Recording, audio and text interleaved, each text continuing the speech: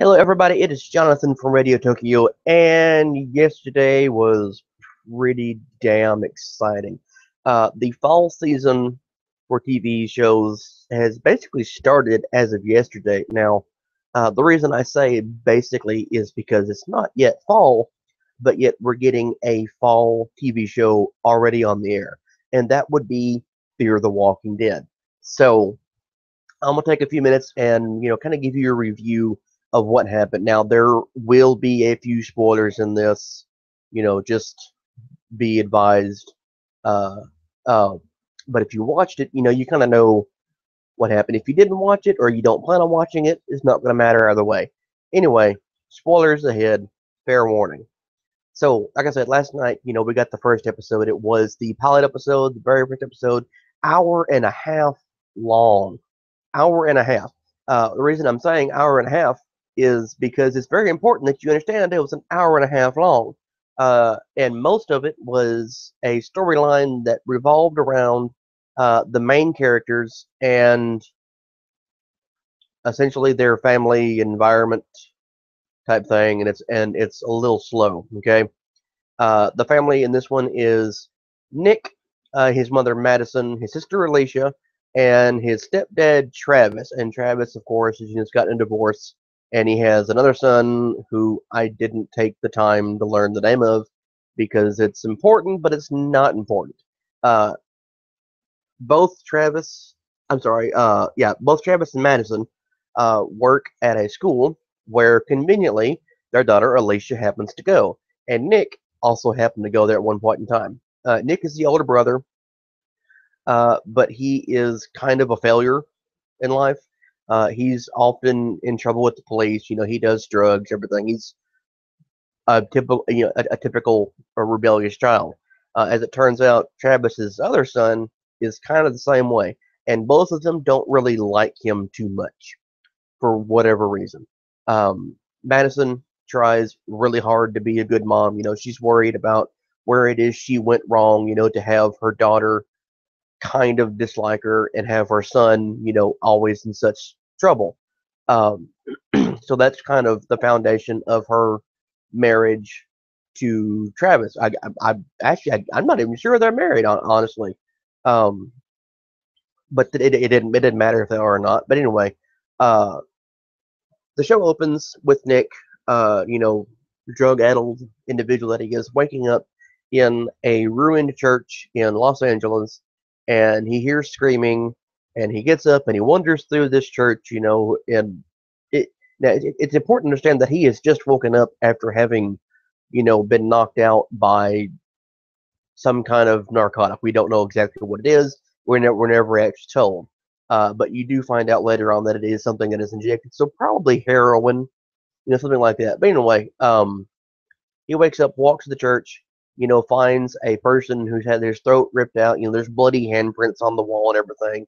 And he's looking for Gloria. Now, you're never really told who Gloria is, except for later on, it's just a friend, okay?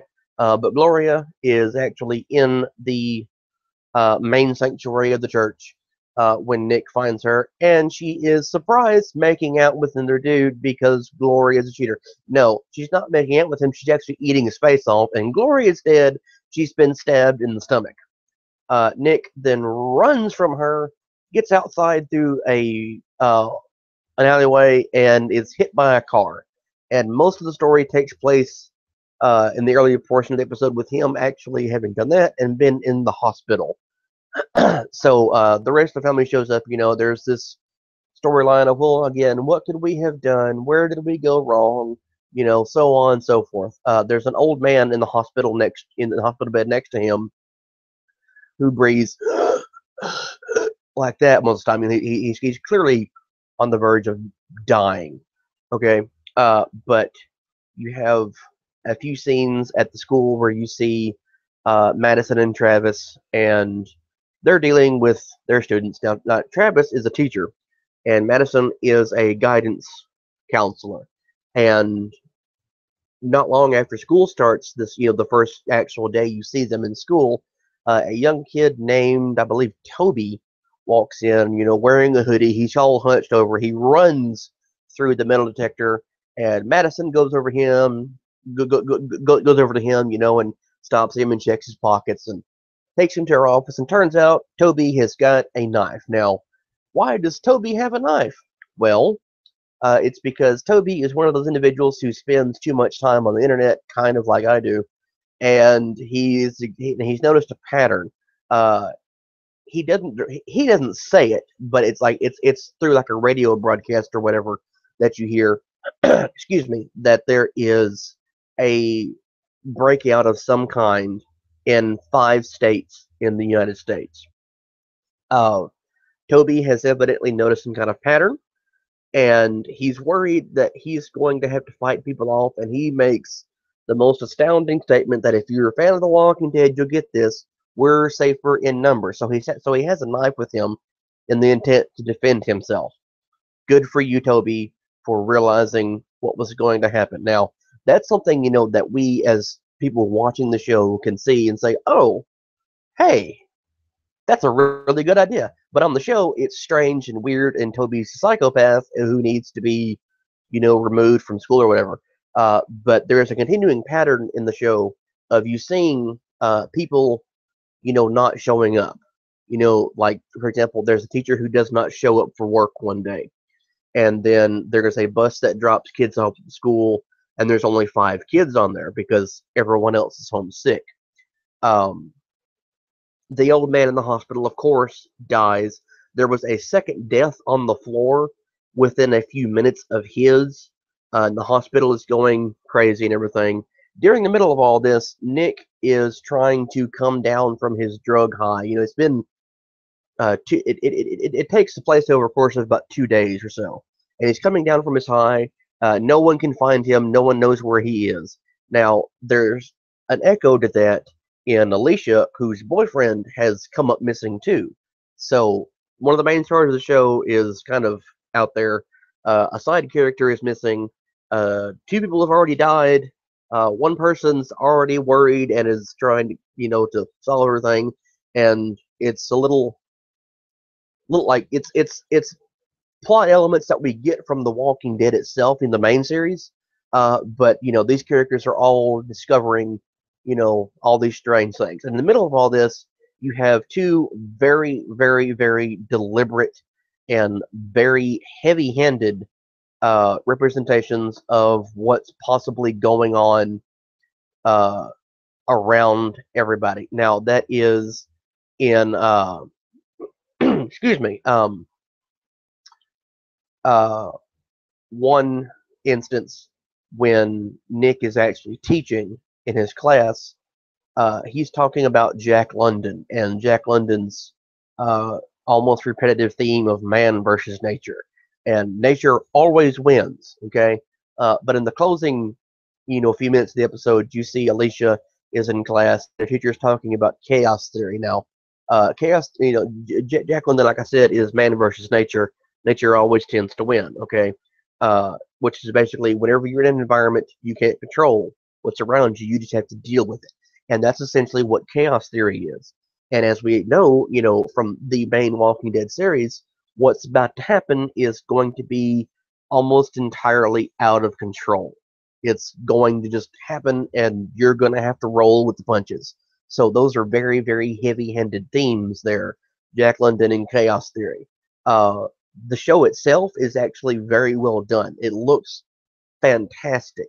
But for those who are, wanting to see maybe, a bunch of walkers everywhere, no. You actually get, well, 2, technically. Gloria is one, and then you have uh, a surprise ending. And again, spoilers. There's a character in here named Calvin. He is a stand-up individual. He's also one of Nick's friends, and Travis and Madison go to talk to Calvin to see if they can find out where Nick actually is. And lo and behold, Calvin turns out to be Nick's drug dealer. Calvin is worried that Nick is going to tell on him, so he offers, to give him a free hit to calm him down. And the free hit is to drive him underneath and over by a culvert, somewhere out of the way. And he pulls out a gun. He's going to shoot him. Well, they get into a fight. Nick shoots him. Nick winds up getting in contact with Travis and Madison, and he shows them where Travis is. I'm sorry, Calvin. Damn, I'm sorry. Uh, Takes him to where he is, and he's not there. They go to leave, and surprise, Calvin's behind the car. Calvin actually gets ran over twice. Breaks one of his arms so much that the bone is protruding. Half of his face gets ripped out and everything. And they're sitting there staring at him, and he's making the typical walker noise. That noise, and kind of laying there, kind of limply. Arms and whatnot splayed out, and they're questioning, what exactly is going on here? What the what? This season rather, is going to be 6 episodes long, and it's, like I said, it's paced this way for a reason. They're evidently going for the theme here that all this stuff is going on, and everyone that's involved doesn't really know what's happening. Like I said a few minutes ago, we all know what's happening because we've watched The Walking Dead, so we know exactly where this is headed. But no one involved in this know what's going on. So if you've watched this or you intend to watch it, be aware that it's a little slow in pacing, but it sets up the show. Now, the problem with this is that we still do not get to see exactly what has caused this outbreak.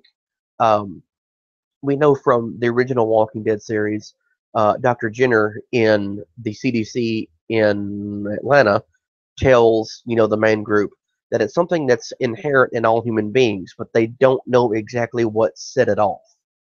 So you see people who are sick, and according to the Fear the Walking Dead series, these individuals have a flu-like symptom, and this flu is spreading. It is an epidemic in at least 5 states. So you can kind of take a guess at which states it is, but it's reasonable to say Georgia for sure, California, like I would feel comfortable saying it's higher population areas, areas where you have mixed culture groups. You may have um, Hispanic, Asian, African American, white groups intermingling. Now I'm not trying to play the race card with this at all. I'm saying that an area like that where you have multiple backgrounds represented, uh, everyone may or may not have the same levels of cleanliness and health and everything else. So it's likely that that's where all this starts. Now, the reason I'm saying that is because in reality, if you look at how disease tends to spread, it tends to start, in highly populated areas where there's different mixtures of cultures and backgrounds and everything all together, and it just explodes from there. That's how it works. So we don't know exactly what sets this off, but like was mentioned, we know it's something inside the people themselves. When you die, you're going to come back as a zombie. Uh, I guess we're going to find out over the next 6 episodes, because yes, it is 6 episodes. Uh, 6 episodes for an hour long, except for the pilot, which is an hour and a half. And the normal Walking Dead series will start in October. So here it is, almost the end of August. We're about 6 weeks away. So this is definite filler to give you some backstory. And there is going to be a second season of it. I guess next year, sometime around the end of August, somewhere around there. So we're presumably going to find out a lot more. But like I said, if you want to watch it, give it a look. If you're unconcerned with it, don't worry about it. But let me point out one thing about AMC and their series. If you watched Breaking Bad and you were a fan of Breaking Bad like I was, and you watched Better Call Saul because, oh, hey, that kind of ties into it, or you didn't want to watch it because, oh, hey, it kind of ties into it, you actually need to watch Better Call Saul. It's actually a very good series, and as a companion to the Breaking Bad, it's really well done. So this is going to be the companion to Walking Dead. It's very well done. Like I said, it's slow. It takes a while to get to everything that we want to see, but that's intentional. So give it a look, or I guess don't. I don't. I don't know. But anyway, thank you for listening. Please remember to like, comment, share, subscribe, like us on Facebook. Wednesday episode coming up. Friday episode will be the continuation of last Friday's episode because we had so much to go over. We're just going to make a two-part episode out of it. So stay tuned for the rest of the Cartoon Conspiracy this coming Friday. Also, our contest winner will be announced. If you have not liked and commented on the post on our Facebook page about it, you might want to get to that because you're only a few days away. Anyway, thanks for listening. Have a great day, everybody. Bye bye.